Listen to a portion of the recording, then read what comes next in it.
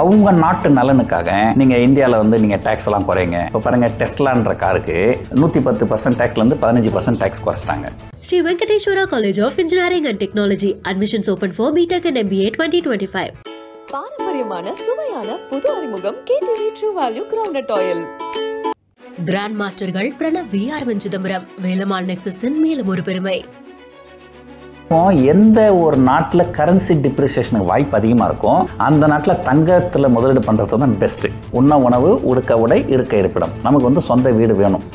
அதுக்கு மட்டும்தான் முதலீடு பண்ணலாமே தவிர மற்றபடி இதை ஒரு முதலீடாக இதில் போட்டோம்னா நமக்கு லாபம் வரும் அப்படின்ற ஒரு முதலீடுன்றது வந்து இந்தியாவை பொறுத்த வரைக்கும் ரியல் எஸ்டேட் வந்து ஒரு நல்ல முதலீடு கிடையாது. எப்போல்லாம் வந்து உலக அளவில் பொருளாதாரம் பாதிக்கப்படுவதோ அப்போல்லாம் கோல்டு விலை ஏறும். அப்போ அது பாதுகாப்பு. ஸோ அப்போ ராபர்ட் கியோசாகி சொல்கிறது என்னன்னா, இப்போ அமெரிக்க பொருளாதாரம் சிக்கலை நோக்கி போக போகுது, அதனால் நீங்கள் தங்கத்தில் முதலீடு பண்ணுங்க அப்படின்னு சொல்கிறாரு. அது கரெக்டான வாதம். இப்போ வேலை இழப்பு அப்படிங்கிறது அதிகமாக இருக்குது நீங்கள் நினைக்கிறீங்களா யூஎஸை பொறுத்த வரைக்கும்? ட்ரம்ப்பினுடைய இந்த கொள்கைகள் இப்படி தொடர்ந்து இருந்தால் மிகப்பெரிய பாதிப்புகள் உலக அளவில் கண்டிப்பாக இருக்கும்.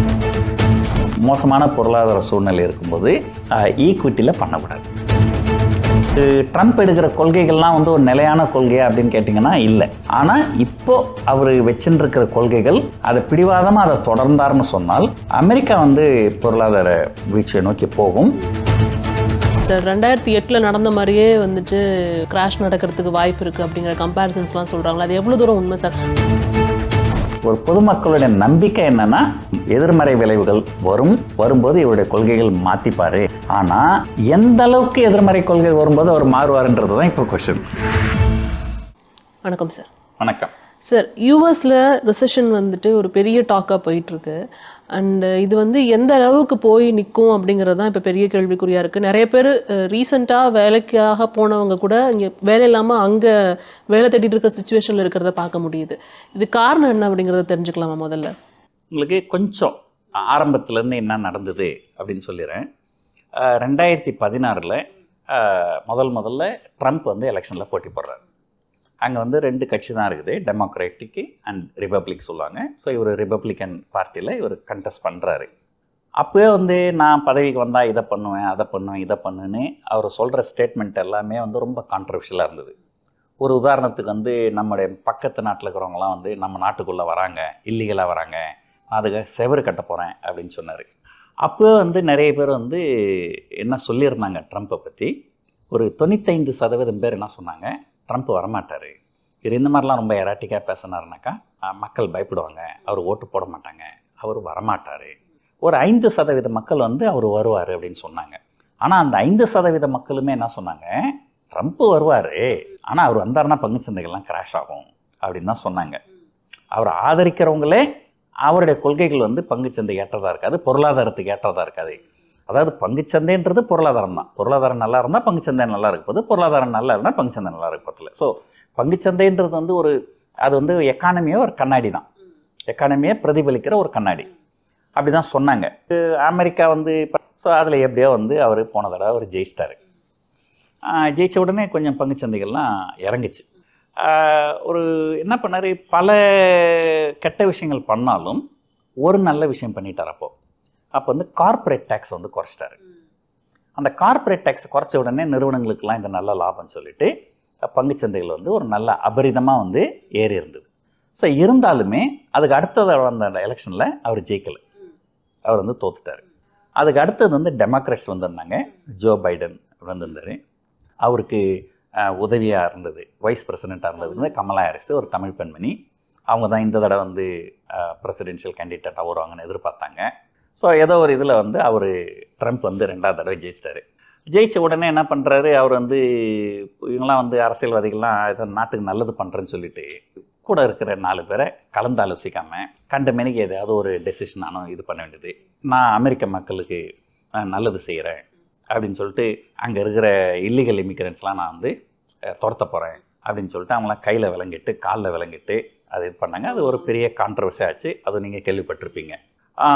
பொதுவாகவே வந்து ஒரு விஷயம் சொல்கிறேன் பாருங்கள், சரி தவறு அப்படிங்கிறத நம்ம தனியாக வச்சுருவோம் இல்லைங்களா, ப்ராக்டிக்கல் இம்ப்ராக்டிக்கல்ன்றதை நம்ம தனியாக பார்க்கணும். இப்போ ஒரு நாடு இருக்குதுன்னு வச்சுப்போம், அந்த நாடு வந்து ஒரு பெரும் பணக்கார நாடுன்னு வச்சுப்போம்.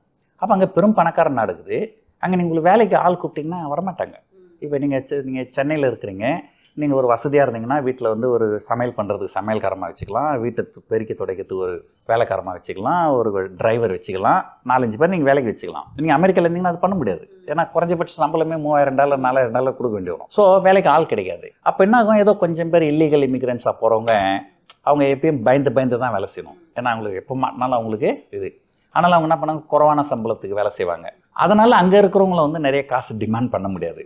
அது வந்து ஒரு எக்கானமியில் அது வந்து ஒரு பேலன்ஸை கொண்டு வரும். நீங்கள் ஒட்டு மொத்தமாக எல்லா இல்லீகல் இமிக்ரெண்ட்ஸும் துரத்திட்டீங்கன்னு வச்சுங்களேன், விலைவாசிலாம் கண்ணா வேணான்னு நேரிடும். ஆனால் அங்கே எவனும் வந்து $10,000 மேலே வேலைக்கு வரமாட்டான். அப்போ நீங்கள் எல்லாத்துக்கும் வேலைக்காரமங்களை $10,000 கொடுத்தீங்கன்னா உங்களுக்கு எப்படி கட்டுப்படி ஆகும்? இன்ஃப்ளேஷன் தான் அதிகமாகும். கரெக்டுங்களா? ஸோ அப்போ நீங்கள் பாருங்கள், ஒரு 30 வருஷத்துக்கு முன்னாடிலாம் தமிழ்நாட்டில் வந்து வேலை கிடைக்காது. நான்லாம் படித்த காலத்தில் எங்களுக்குலாம் வேலை கிடைக்குன்ற நம்பிக்கையே கிடையாது, வேலையும் கிடைக்கல. அதனால தான் நாங்கள் இங்கேருந்து வட இந்தியாவுக்கு போனோம். ஆனால் நம்முடைய பொருளாதாரம் இப்போ நல்லா வளர்ந்ததுக்கப்புறம் இப்போ என்ன நடக்குதுனாக்கா, பொருளாதாரம் நல்லா வளர்ந்துச்சுன்னா நமக்கு இங்கே ஆள் கிடைக்காது. அதனால தான் இப்போ பார்த்தீங்கன்னா எங்கே பார்த்தீங்கன்னாலும் வட இந்தியர்கள் தான் இங்கே வந்து வேலை செய்கிறாங்க. புரியுதுங்களா? இப்போ வட இந்தியர்கள் யாரும் நம்ம உள்ள விட மாட்டோம் அப்படின்னு சொல்லிட்டோம்னு வச்சுங்க, அப்போ என்ன நடக்கும்? ஓகே, நீங்கள் சொல்கிற மாதிரி தான் நம்மளுக்கு இது கரெக்டான அமௌண்ட்டில் ஆள் கிடைக்காது. அப்போ நீங்கள் அதிகமாக காசு கொடுங்க. அதிகமாக காசு கொடுங்கன்னா எல்லா பொருட்களுடைய விலை ஏறும். எல்லா பொருட்களுடைய விலை ஏறுச்சுன்னா இன்ஃப்ளேஷன் ஏறும். கரெக்டுங்களா? ஸோ இதில் வந்து வட இந்தியர்கள் வந்து நம்ம நாட்டை சேர்ந்தவங்க தான். அதனால் நம்ம அந்த கண்டிஷன்லாம் நீங்கள் வந்து உனக்கு விசா வேணும் அந்த மாதிரிலாம் நம்ம கண்டிஷன் போடுறது கிடையாது. ஆனால் வெளிநாடுன்னும் போது அது வருது. ஆனால் உலகத்தில் இருக்கிற எல்லா பணக்கார நாடுகள்லையுமே வந்து ஒரு இல்லீகல் இமிக்ரெண்ட்ஸ் இருக்க தான் செய்வாங்க. அதை ஒரு ஒரு கண்ணை மூடிக்கின்னு கண்டு காணாமல் இருந்து அப்படி தான் அவங்க வந்து இது பண்ணுவாங்க. இல்லைன்னா அவங்க நாட்டுக்கே பிரச்சனையாகும். இவர் வந்து அதிரடியாக வந்து நான் இதை பண்ணுறேன் அதை பண்ணுறேன், கையில் விலங்கு போட்டு பண்ணுறேன் அப்படி இப்படின்னு ரொம்ப பயமுறுத்தி ஒரு எல்லாரையும் வந்து ஒரு டெரரைஸ் பண்ணி விட்டுட்டாரு. இது வந்து ஒரு பக்கம். இன்னொரு பக்கம் வந்து நான் வந்து அமெரிக்காவில் தான் எல்லா பொருளும் தயாரிக்கணும், அப்போ தான் வந்து அமெரிக்கர்களுக்கு வேலை வாய்ப்பு கிடைக்கும், அதனால் அமெரிக்காவில் தயாரிக்கிற பொருள்களுக்கு தான் வந்து டேக்ஸ் கம்மி, வெளிநாட்டிலேருந்து தயாரித்து வர பொருட்களுக்கு வந்து டேக்ஸ் அதிகம் அப்படின்னு சொல்லிட்டு இப்போ என்ன பண்ணிட்டாரு, வெளிநாட்டிலேருந்து வர காருக்கெல்லாம் 25% டேக்ஸு அப்படின்னு சொல்லிட்டாரு. இது வந்து பொருளாதார வல்லுநர்கள்லாம் வந்து தெளிவாக சொல்லியிருக்கிறாங்க. இவர் பண்ணுறது வந்து மற்ற நாடுகளுக்கு எதிராக பண்ணுறதா நினச்சிட்டு இருக்கிறாரு. ஆனால் இவர் பண்ணுறது எல்லாமே அமெரிக்காவுக்கு எதிராக தான் திரும்பும். ஒரு சின்ன ஸ்டாட்டிஸ்டிக் சொல்கிறேன் பாருங்கள். அமெரிக்காவில் போன வருஷம் 1,60,00,000 கார் விற்றுருக்குது. அந்த 1,60,00,000 காரில் 80,00,000 கார் தான் அமெரிக்காவில் தயாரிக்கப்பட்டது. மீதி 80,00,000 கார் வந்து வெளிநாட்டிலேருந்து இறக்குமதி செய்யப்பட்டது. இப்போ இவர் திடீர்னு ஆல் ஆஃப் எ சடன் நாளையிலேருந்து வந்து 25% டேக்ஸ்ன்னு சொன்னால், இப்போ தயாரிக்கிறவங்க எல்லாமே ஒரு பொருளை வந்து ₹100 தயாரித்து ₹110 விற்பாங்க. ஆனால் திடீர்னு வந்து உனக்கு டேக்ஸு ஏற்றுறோம் அப்படின்னு சொல்லிட்டாக்கா, அப்போது அவங்க அந்த நஷ்டத்தை அவங்க ஏற்றுக்க முடியாது. பொருட்களோட விலை தான் ஏற்றுவாங்க. அப்போது பொருட்களோட விலை ஏறுச்சுன்னா அப்போ இந்த அதிகமான காசு கொடுத்து தான் இப்போ அமெரிக்க மக்கள் வந்து அந்த பொருளை வாங்கணும். அப்போ அதிகமான காசு கொடுத்து வாங்கணும் போது என்ன ஆகும், உங்களுக்கு இன்ஃப்ளேஷன் அடி வாங்கும். இப்போது நீங்கள் சரி அமெரிக்கர்கள் வந்து அமெரிக்காவில் தயாரிக்கிற பொருட்கள் தான் வாங்கணும், ஓகே சரி. அப்போது அமெரிக்காவில் 80,00,000 கார் தயாரிக்கிறதுக்கு தான் இங்கே கெப்பாசிட்டி இருக்குது. இப்போ திடீர்னு 1,60,00,000 காரு அப்படின்னா, இப்போ திடீர்னு நீங்கள் இங்கேருந்து நீங்கள் அங்கே போய் மறுநாளே கார் தயாரிக்க முடியுமா? அது ஒரு வருஷம் ஆகும். நீங்கள் ஒரு பிளான்ட் செட்டப் பண்ணணும். அப்போ இவர் என்ன சொல்லணும், ஏங்க உங்களுக்கு ஒரு வருஷம் டைம் கொடுக்குறேங்க, 1 வருஷம் வரைக்கும் நீங்கள் இங்கே காரை விற்றுக்கலாம், 1 வருஷத்துக்கு அப்புறம் நீங்கள் வந்து நீங்கள் இப்போ இருந்தே பிளான் பண்ணி இங்கே ப்ரொடக்ஷன் பேஸை ஸ்டார்ட் பண்ணுங்க, 1 வருஷத்துக்கு மேலே நீங்கள் வெளிநாட்டிலேருந்து கொண்டு வந்தீங்கன்னா டேக்ஸ் போடும் அப்படின்னு சொல்லணும். ஸோ இந்த மாதிரி இவங்க வந்து ஏதாவது என்னென்னா ஒரு பிக் பிரதர் ஆட்டிடியூட், நான் என்ன வேணாலும் பண்ணுவேன், நீ என்ன கேட்குறது அப்படின்னா ஒரு தன்மானம்னு ஒருத்தருக்கு இருக்குது, செல்ஃப் ரெஸ்பெக்ட்னு எல்லாருக்குமே இருக்குது. நடந்த ஒரு நிகழ்ச்சி பாருங்கள். இவர் வந்து இல்லீகல் இமிக்ரெண்ட்ஸை வெளிநாட்டுக்கு அனுப்புறேன்னு சொல்லிட்டு முதல்ல கொலம்பியான்ற ஒரு நாடு, அது ஒரு ஏழை நாடு தான், அந்த நாட்டில் இருக்கிற இல்லீகல் இமிக்ரெண்ட்ஸை பிடிச்சி கையில் விலங்கு போட்டு காலில் விலங்கு போட்டு ஒரு இராணுவ விமானத்தில் ஏற்றி அனுப்பிட்டார். இவங்க என்ன பண்ணோம், முதல்லையே அந்த கொலம்பியன் கவர்மெண்ட்டை கூப்பிட்டு இந்த மாதிரி உங்கள் நாட்டு மக்கள் இங்கே இல்லீகலாக தங்கியிருக்கிறாங்க, நாங்கள் அவங்கள அரெஸ்ட் பண்ணி வச்சுருக்குறோம், அவங்கள நாங்கள் உங்கள் நாட்டுக்கு அனுப்ப போகிறோம்னு சொல்லி அவங்ககிட்ட பர்மிஷன் ஆகும். அதெல்லாம் எதுவுமே வாங்கலை, ரிவாண்டை அனுப்பிட்டாங்க. அனுப்பிட்டு நேராக போய் ஃப்ளைட்டை இறக்குனாக்கா, ஆனால் அந்த அதிபருக்கு கோவம் வந்துட்டு என்ன பண்ணார், உங்கள் ஃப்ளைட்லாம் இங்கே இறங்கிறதுக்கு நாங்கள் லேண்டிங் பர்மிஷன் கொடுக்க முடியாது, நீங்கள் திரும்பி போங்கன்னாங்க.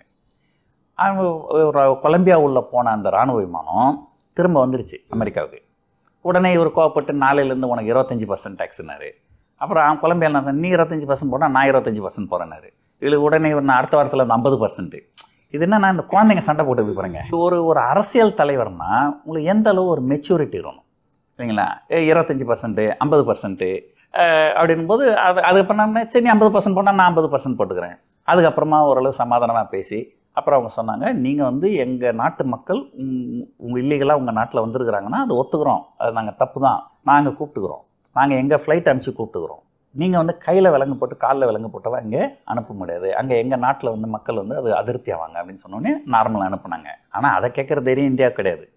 ஸோ இது வரைக்கும் ட்ரம்ப் வந்ததுக்கப்புறம் இது வரைக்கும் இந்தியர்களை மட்டும்தான் அவர் கை விலங்கு கால் விலங்கு போட்டு அவங்க அனுப்பியிருக்கிறாங்க. முதல் தடவை அனுப்புனாங்க, அது கூட பரவாயில்ல. 2வது தடவை நம்முடைய பாரத பிரதமர் அங்கே அமெரிக்காவில் இருக்கும்போதே அப்போது அவங்க என்ன பண்ணாங்க, நாங்கள் இந்த பிக் பிரதர் ஆட்டிடியூட்.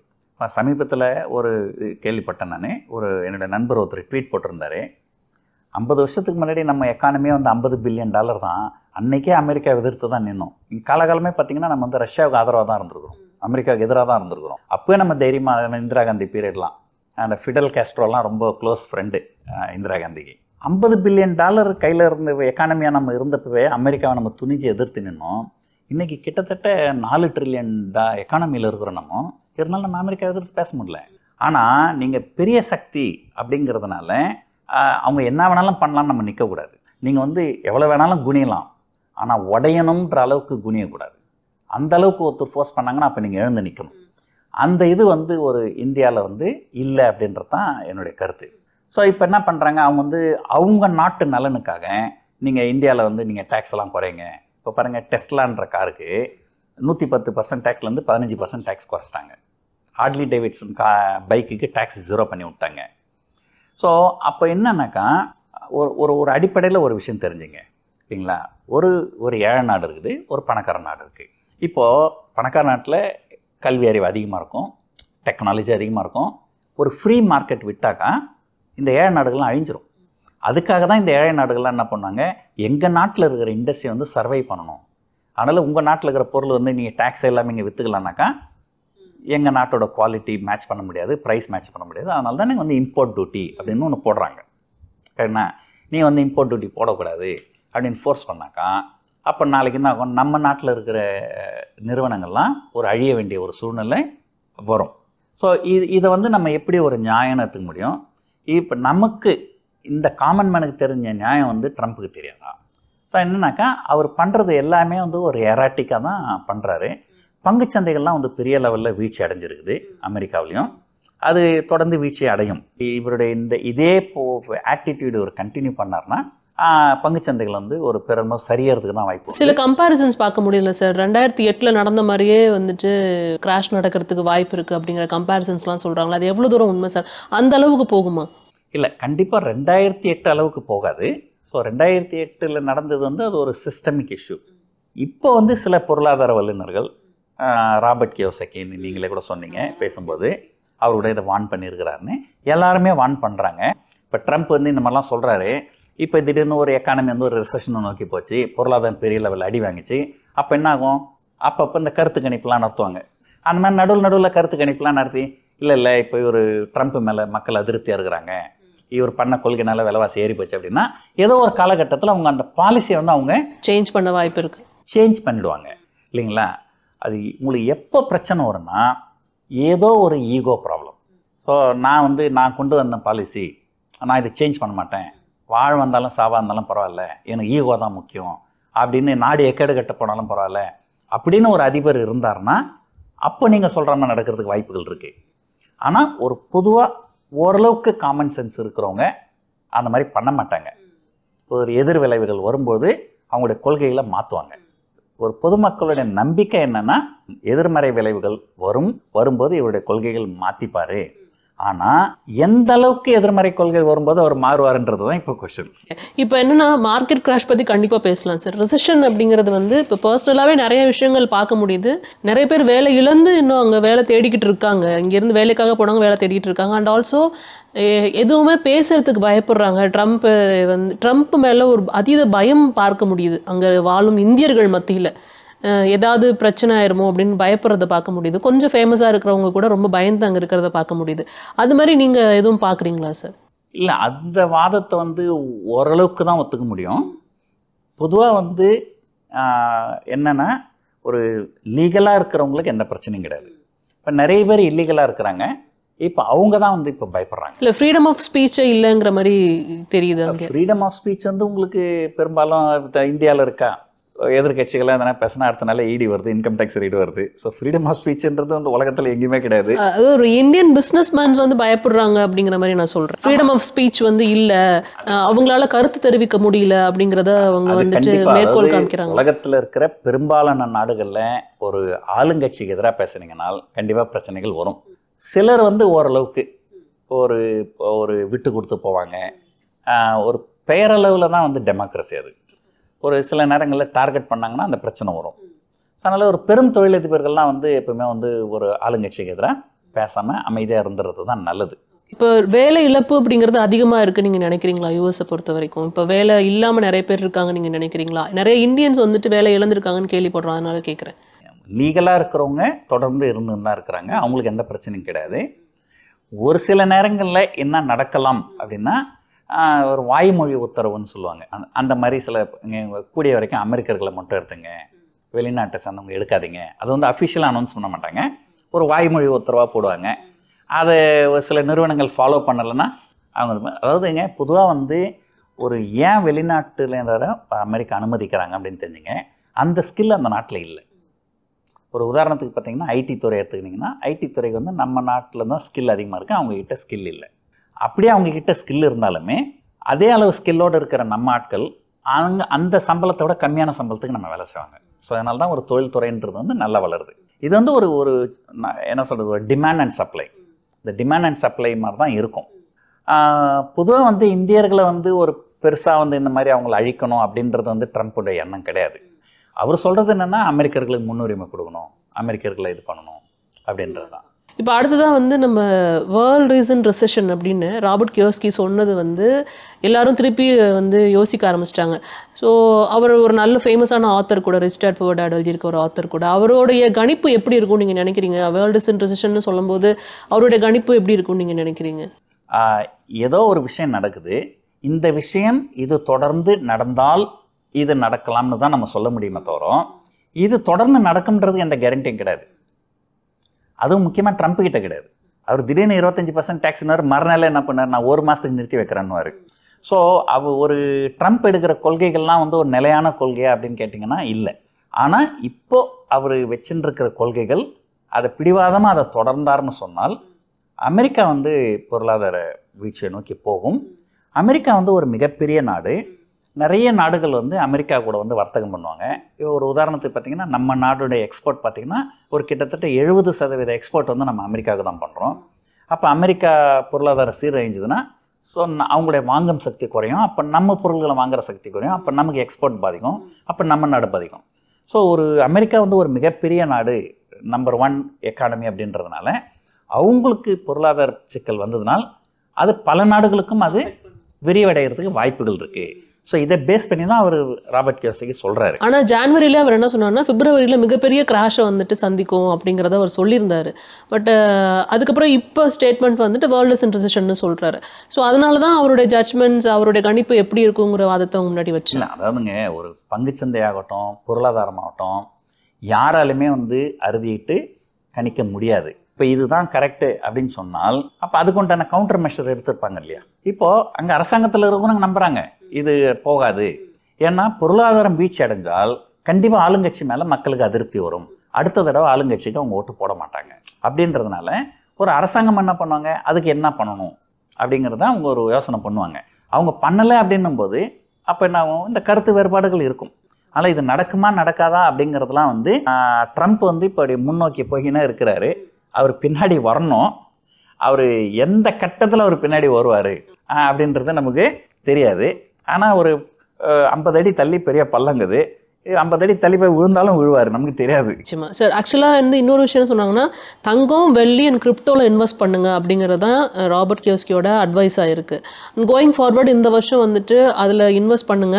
இன்னொரு விஷயம், நாங்கள் வெளியில் நிறைய கேள்விப்படுறது என்னென்னா, ரியல் எஸ்டேட் வந்து வாங்க முடிஞ்சால் இப்போவே ஒரு லேண்ட் வாங்கிக்கோங்க, எவ்வளோ கோல்டு வாங்க முடியுமோ அவ்வளோ கோல்டு வாங்கிக்கோங்கிற அட்வைஸும் வந்துட்டு நிறைய நம்மளால் பார்க்க முடியுது. இது எப்படி நம்ம ரிலேட் பண்ணிக்கலாம்? ராபர்ட் கியோஸ்கி சொன்னதையும் இந்த மாதிரி ஒரு மெசேஜஸையும் எப்படி ரிலேட் பண்ணிக்கலாம் நம்ம? அதாவதுங்க ஒரு சில விஷயங்கள் உங்களுக்கு எப்படி சொல்கிறதுனா, ஒருத்தர் ஒரு விஷயம் சொல்கிறாங்கன்னா அது வந்து அந்த நாட்டுக்கு அது பொருத்தமாக இருக்கும். அது வந்து உலகத்தில் இருக்கிற எல்லா நாட்டுக்கும் அது பொருத்தமாக இருக்குமா அப்படின்னு கேட்டிங்கன்னா அது வந்து நம்ம சொல்ல முடியாது. ஒரு சின்ன உதாரணம் சொல்கிறேன் பாருங்கள். இப்போ நம்ம நாட்டினுடைய பொருளாதாரத்து மேலே நமக்கு நம்பிக்கை இல்லை. அப்போ நம்ம நாட்டுடைய பொருளாதாரத்து மேலே நமக்கு நம்பிக்கை இல்லைன்னா பொருளாதாரம் சரிவடையும் போது நம்முடைய பணத்தோட மதிப்பு வந்து குறையும். கரெக்டுங்களா? ஒரு வருஷத்துக்கு முன்னாடி பார்த்தீங்கன்னா 82 ரூபா இருந்தது ஒரு US டாலர். அது கிட்டத்தட்ட 88 ரூபா வரைக்கும் போச்சு. நம்முடைய பணத்தோட மதிப்பு குறையும். அப்போ நீங்கள் தங்கம் வாங்கி வச்சுருந்தீங்கனால், அப்போது ஒரு உதாரணத்துக்கு சொல்கிறேன், 1 கிராம் தங்கம் 82 ரூபா போன வருஷம் வாங்கியிருந்தீங்க. தங்கத்தோட விலை வந்து உலகத்தில் ஏறியே இருக்காது. ஆனால் இப்போ அதே 1 கிராம் தங்கத்தோட விலை 87 ரூபாயிட்டு இருக்கும் இந்த கரன்சி டிப்ரிசியேஷனாலேயே.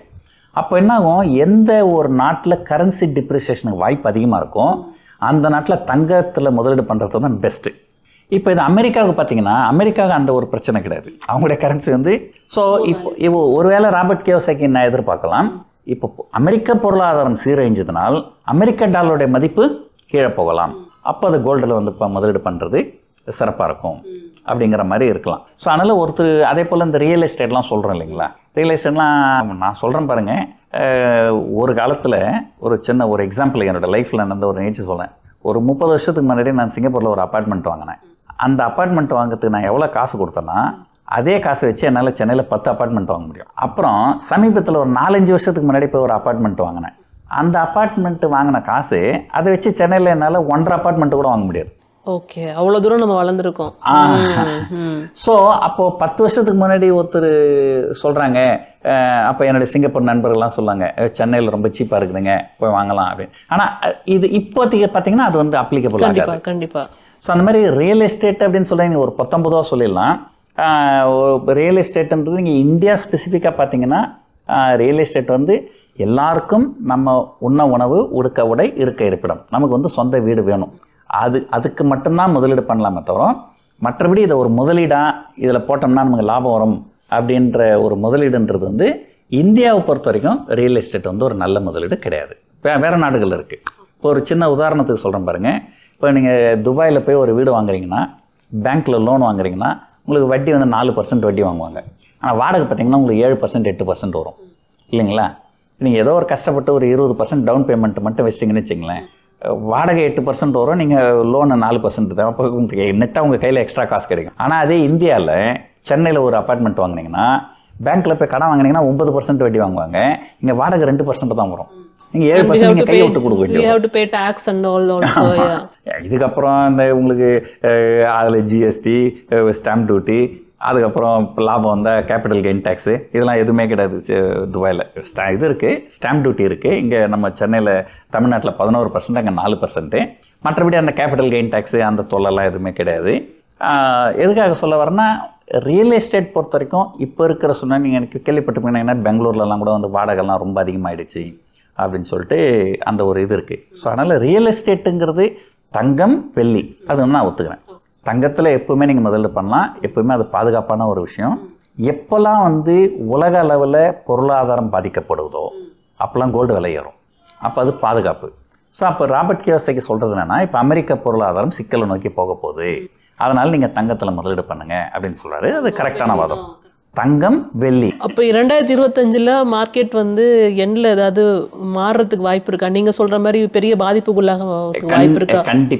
கண்டிப்பாக வந்து இந்த அதாவது ட்ரம்ப்பினுடைய இந்த கொள்கைகள் இப்படி தொடர்ந்து இருந்தால் மிகப்பெரிய பாதிப்புகள் உலக அளவில் கண்டிப்பாக இருக்கும். வேறு எதுலலாம் வந்து நம்ம இன்வெஸ்ட் பண்ணால் தப்பிச்சுக்கலாம் அப்படின்னா நீங்கள் என்ன சொல்லுவீங்க சார்? இல்லை, அப்போ அதாவது பொதுவாக வந்து என்னென்னா, நீங்கள் ஒரு முதலீடு அப்படின்னு நீங்கள் முடிவு பண்ணிட்டீங்கன்னா அதில் 2 வகையான முதலீடு இருக்குது. ஒன்று வந்து ஃபிக்ஸ்ட் இன்ட்ரெஸ்ட், அதை நீங்கள் பேங்க்கில் வைப்பு நிதி வைக்கிறீங்க, உங்களுக்கு நிலையான வட்டி, அவ்வளோதான். இப்போ லாபம் இது வட்டி விகிதங்கள் 7%னா உங்களுக்கு 7% தான் வட்டி. அது வந்து டெப்ட் இன்ஸ்ட்ருமெண்ட்னு சொல்லுவாங்க. இன்னொன்று ஏற்ற இறக்கத்துக்கு உட்பட்டது அப்படின்னு சொல்லும்போது அது ஈக்விட்டி இன்வெஸ்ட்மெண்ட். ஸோ டெப்ட், அது ஈக்விட்டி. ஸோ பொதுவாக வந்து ஒரு மோசமான பொருளாதார சூழ்நிலை இருக்கும்போது ஈக்விட்டியில் பண்ணக்கூடாது. அதை நான் வந்து ஷேர் மார்க்கெட்டு அந்த மாதிரிலாம் பண்ணாமல், ஒரு உதாரணத்துக்கு பார்த்தீங்கன்னா இந்திய பங்குச்சந்தை எடுத்துக்கிட்டிங்கன்னா போன ஏப்ரல் 1ஆம் தேதியிலேருந்து இந்த மார்ச் 31 வரைக்கும் பார்த்தீங்கன்னா இந்திய பங்குச்சந்தைகள் வந்து 5% ரிட்டர்ன் தான் கொடுத்துருக்கு. ஆனால் நீங்கள் பேங்க்கில் எஃப்டி வச்சுருந்தீங்கன்னா 7% கிடச்சிருக்கும். சார் ஓகே சார், அங்கே 7% கிடச்சிது, ஆனால் அங்கே 7% நீங்கள் டேக்ஸ் பே பண்ணணும்ல. இப்போ பங்குச்சந்தையில் முதலீடு பண்ணால் அந்த லாபத்துக்கு டேக்ஸ் கிடையாது, ஸோ அது நான் டேக்ஸபிள் இல்லை அப்படின்வாங்க. இப்போ அது போயிடுச்சு. ஏன்னா இப்போ பங்குச்சந்தைக்கும் டேக்ஸ் கொண்டு வந்துட்டாங்க. 2018 பங்குச்சந்தைக்கும் டேக்ஸ் கொண்டு வந்துட்டாங்க. ஸோ இது வந்து அகெயின் நான் இதை சொல்லும்போது இது எல்லாமே ட்ரம்ப்னால தான் சொல்ல முடியாது. இது இந்தியா சம்மந்தப்பட்ட சில விஷயங்களும் இதில் இருக்குது. ஸோ பட் ட்ரம்ப் ஒரு உலக பங்குச்சந்தைகள் ஒரு அசாதாரண சூழ்நிலையில் தொடர்ந்து இருப்பதற்கு ஒரு முதல் காரணமாக ட்ரம்ப் இருக்கிறதுக்கு வாய்ப்புகள் நிறைய இருக்குது இப்போதைக்கு. ரொம்ப நன்றி சார், எல்லா கேள்விக்கும் பொறுமையாக பதில் சொன்னீங்க. ரொம்ப நன்றி. Sri Venkateshwara College of Engineering and Technology. Admissions open for BTech and MBA 2025. பாரம்பரியமான சுவையான புது அறிமுகம் KTV true value ground oil. Grand மாஸ்டர்கள் பிரணவ் வி.ஆர். சிதம்பரம், வேலம்மாள் நெக்ஸஸின் மேலும் ஒரு பெருமை.